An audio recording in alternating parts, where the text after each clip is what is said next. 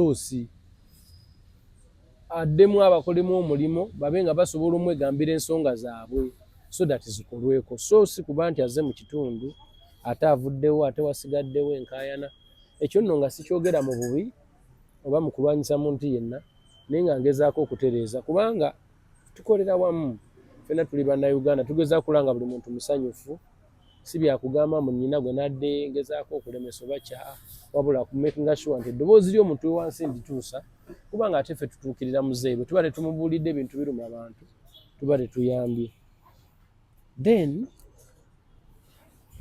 agenza okuwulira nalebuseninde ng'agamba nti nsooke stopping okuyimba bakube national anthem muzeeyi agende ate muzeeyi agende ndi ku stage gwezza okuyimbira n'okumugamba bye mugamba ate nindeko agende nga tekijja kukola nenga musooke mulireko mala oyimbira muzeeyi then agende nadde nkyayogera ne bakubirawo national anthem ekitegeera in between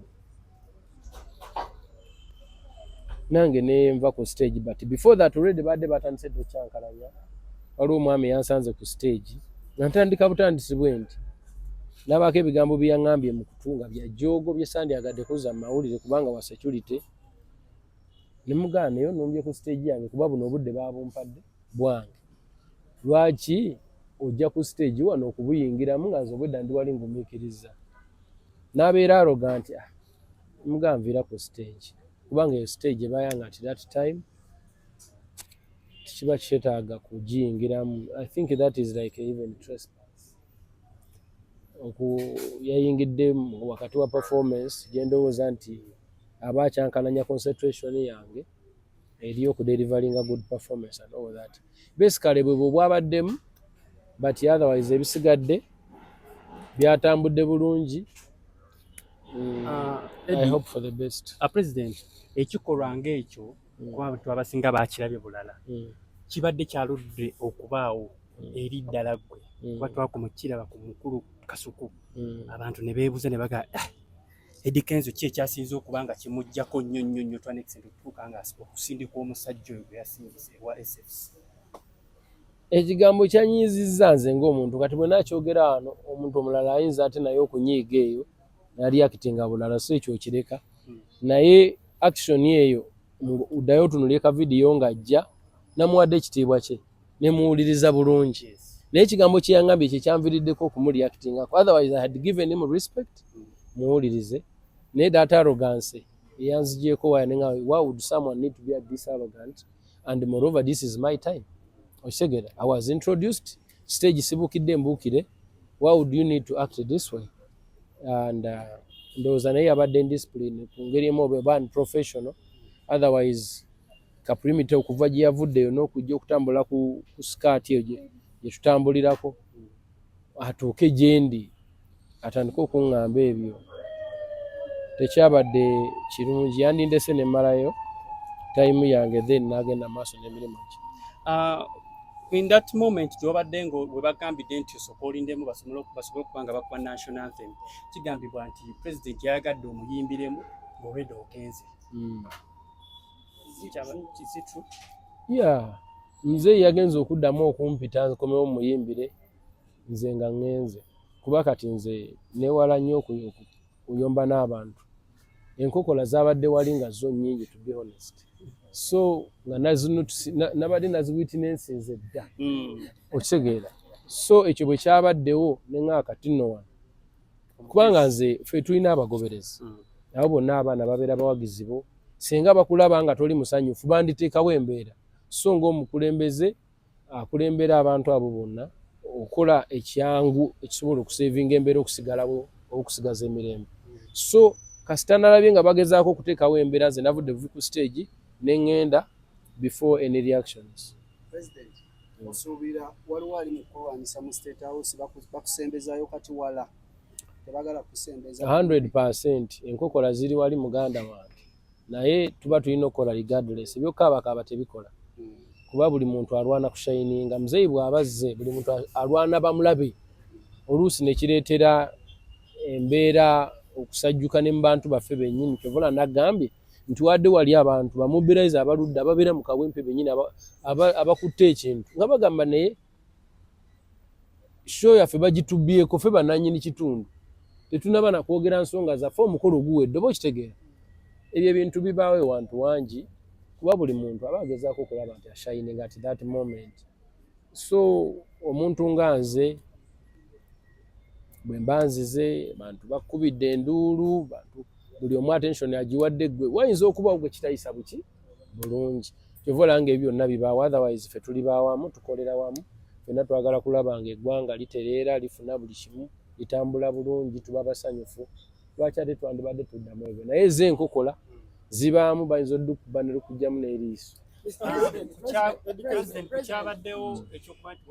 wamusindiseemu kano okyejjusa oba olina enteeka y'okuba nti oba omwetondera mu ngirimu no nze siina ngeri yonna gye nyinza kucelebratinga lutalo no I always feel bad about it era bwe kiba waliyo omuntu yena gwe kyanyinyizeeyo nsaba nsonyiwe naye nga nange ndi muntu I have emotions tosobola kunsanga ku stage nkola mulimo gwange gwe n'ogezaako okundaga obuyinza kuba nange sobola kusanga wa security ng'ali ku mulimo gwe ate nange ne mugamba kola kino mba nyina okumuwa ekitiibwa era nze omu ku bantu abakyasinze okubeera nga bacomplying almost on anything beka saagala ntalo era ndowooza nze seefu senjulira nnyo buli we baŋŋamba kola kino kyenkola kola kiri kyenkola sibawangako hard time mu mbeera yonna naye mulimu abantu ng'olwedde kuba olaba yadde ku leediro koolo ng'eriyo ow'ekikono amuwa kikono kyayi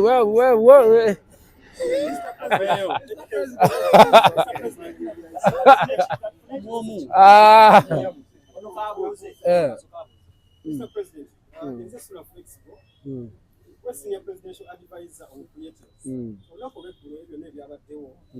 naye walabisenga ayaayaano okulaba omukulembeze gwenga advisor abantu bagamba nti ate bwolina enkizo y'amaanyi nnyo eraba omukulembeze n'okumugamba ebintu bingi so ekyabaddewo eggulo nga walinga yalabisenga naawe ali mu kattu n'omukulembeze tomulaba andi sikiwa nti nno mu myaka 5 egiyise oba 4 nze yalinnyako ekawempe mu myaka ng'egyo yalinnyewo ggulo nadde nyina okutuusa ensonga z'abantu b'ekawempe obadde oyagala nzituusirizekwa ntebe I had to use that chance nze muzeeyi mulaba nejjo nali naye ensonga z'ekawempe oyogera n'ogamba muzeeyi kino kyekiriwo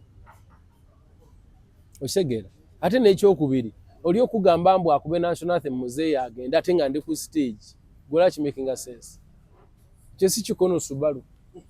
addition kwekyo Mr. President wagambye wabadde otuusa nsonga z'abannakawempe naye tukumanye nti oli advisor wa creatives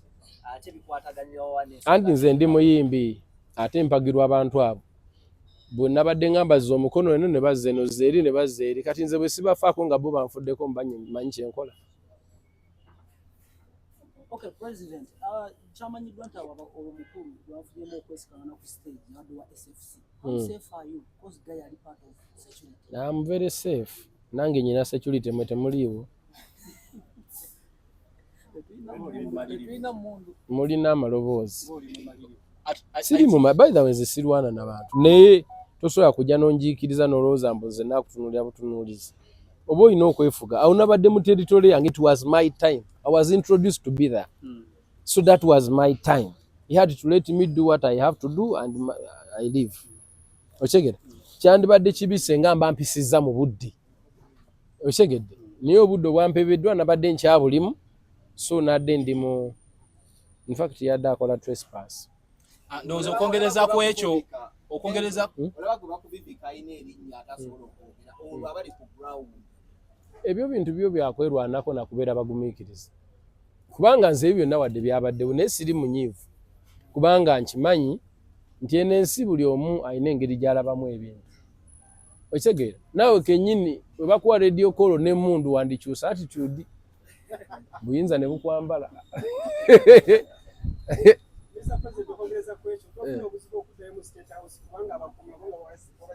Ate nze mu State House gye nakulira. Nyinza kuyisibwa bubi nga bangobye Masaka. Gye ngendo ziikibwa naye nze ndi wano kukola mulimo gwange so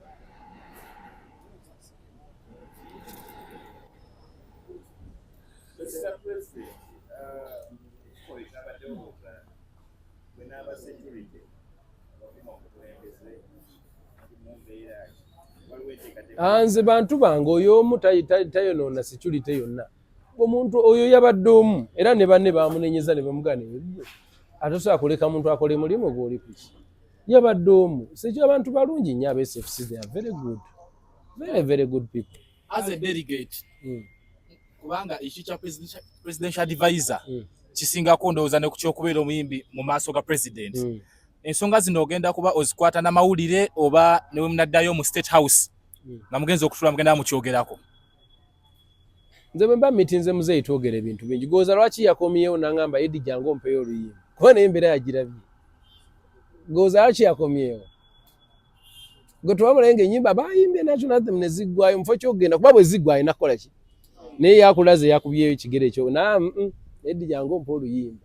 lwabimanyi kyekisinga okujjako kuba kimanyiddwa nti naye bwe walwana ne Kasuku bamanyi embeera eyo wavaamu ekisooka nze kankubulye my brother nze nvudde wa